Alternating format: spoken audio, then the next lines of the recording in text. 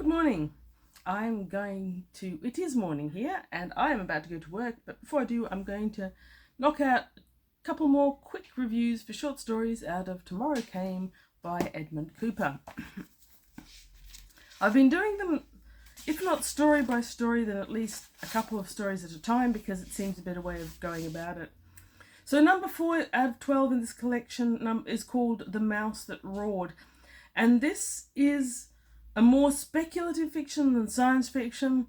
It's playing with social commentary, which is a big thing for Edmund Cooper, I believe. You've got this tiny country in Europe, and it's obviously not Switzerland, though I think it says its borders on Switzerland, but it's got that sort of feel, like a neutral country that isn't interested in going in war, is mainly known for cheese and cuckoo clocks. I don't even know if Switzerland is still known for cuckoo clocks, but I think it used to be.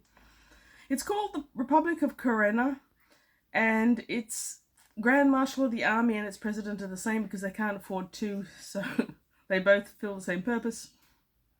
The thing about the Republic is that it sits on the world's largest and richest deposit of uranium, which it is entirely uninterested in utilising, excavating, or doing anything with. A key neutral country it's always managed to be, but right now the East and the West versus West scenario means that both are trying to take over the Republic in order to get its uranium. And not having much of an army, it's got virtually nothing it can do about that. Until the President and High Commander of Karenna comes up with this really, really cute dodge to convince both the East and the West to leave them alone and even reinforce their country. That uses science. It uses basic science rather than science fiction. It's known science, and it's just a cute story. And while I'd never thought of Cooper as being quirky before, this story is pure quirk. It's entertaining, quirky, quite clever, and rather comedic. It's got social commentary, and the ending has this jarringly brutal note that I would say is pure Cooper at the end. So it's dated a little bit in that it's definitely a Cold War era type story, but then again, if we look at the Ukraine, perhaps Cold War is coming back in its own special way. So that was number 4. Number 5 in the story is called 1994, and I don't for a second imagine that that was anything but a commentary on 1984. So the opening of that one is really quite cute. I'm going to read a tiny bit of it because I found the opening paragraph fascinating enough that I actually stopped and just sat around thinking about it for a while. Dr. James Eddington Schaefer dropped his 2-pedal Jetomatic Bumblebee to 2,000 feet. He allowed it to hover for a few seconds while he stared down at the suburb, and then he murmured listlessly, almost to himself, "BBB, dive for the hive." The microtransmitter in his wristwatch relayed this routine command to the black box under the Bumblebee's bonnet. The machine hummed dutifully and began its almost vertical drop to the Schaefer residence. To a modern person, that might not seem very much. We're talking about smartwatches. 1963. I've got a vintage watch from the 60s. It's a beautiful, beautiful device, but it isn't smart. It isn't even submoron. It is a device. The idea that Cooper foresaw the fact that through a smart watch you could control the electronic devices around you, I would say that is pure science fiction of the best sort. And you've got other little device science fiction type things throughout the story as well. But I would say that this was pure Edmund Cooper sharp commentary on society and how technology can disenfranchise a human being. And that was also very much an overall, I think, Cooper point of view. So this explores a lot of, I would guess, tropes that Cooper did throughout his career. So you've got a society in which there's a huge dependence on technology and overpopulation, We assume overpopulation because essentially devices have taken control, and you've got a range of laws and regulations that mean that automatic, I think he even calls them AI at one stage, robotic things have ascendancy, and there's a huge number of rules that control the population and what they can and can't do. It's not dystopian per se and as such, because actually what you've got is a futuristic society where everything is clean and healthy and regulated. So that's the opposite of dystopia.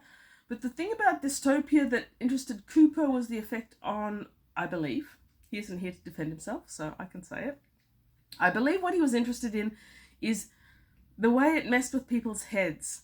And so here you've got the opposite of a dystopian futuristic society and what that does to people's heads, and he messes with them.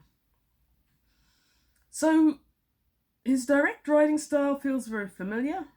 It's almost tongue-in-cheek in this one at times, and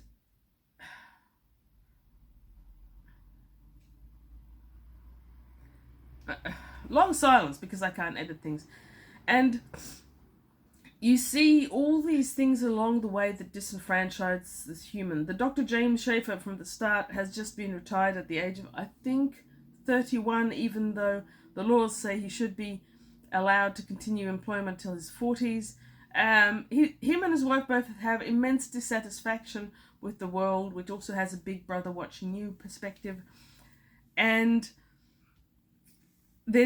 at the end of it, there's a time machine element and an escape into the horrible primitive past, back when men were real men, women were real women, and small furry creatures for Alpha Centauri were real small furry creatures from Alpha Centauri.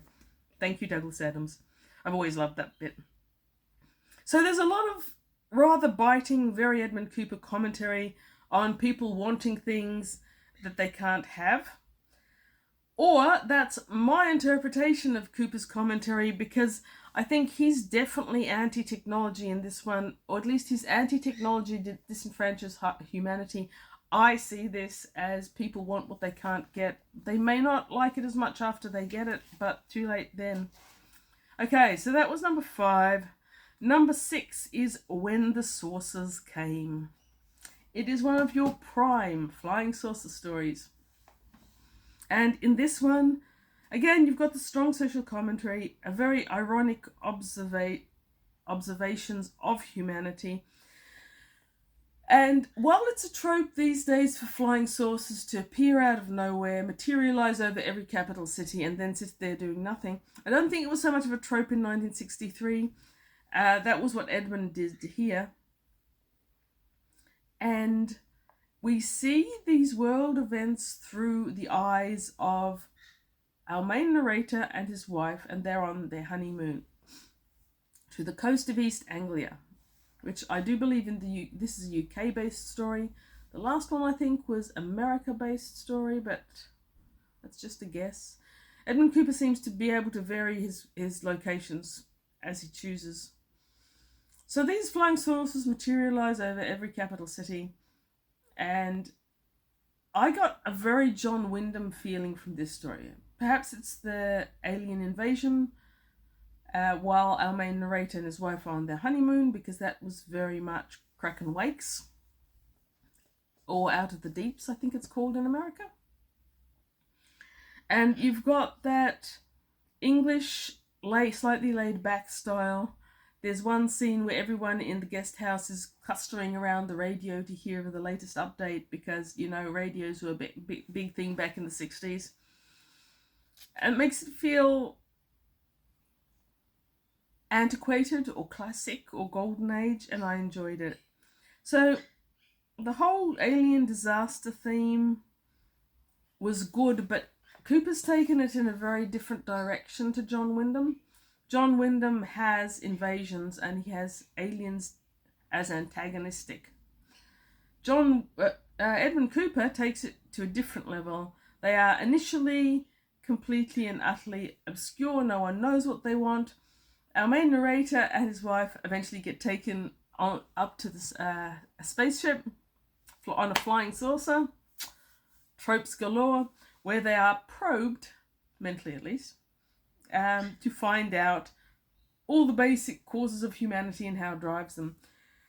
Cooper gives his aliens a much more human perspective than Wyndham does. Wyndham makes his aliens to always remain alien-esque and with motivations that one can't really understand. One never gets to them. They are alien.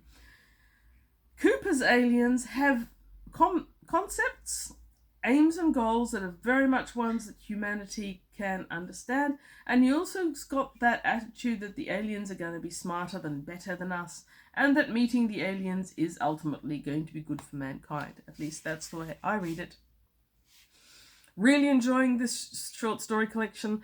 I do think reviewing the stories 2 or 3 at a time is working better for me because they're fresher in my memory when I do it.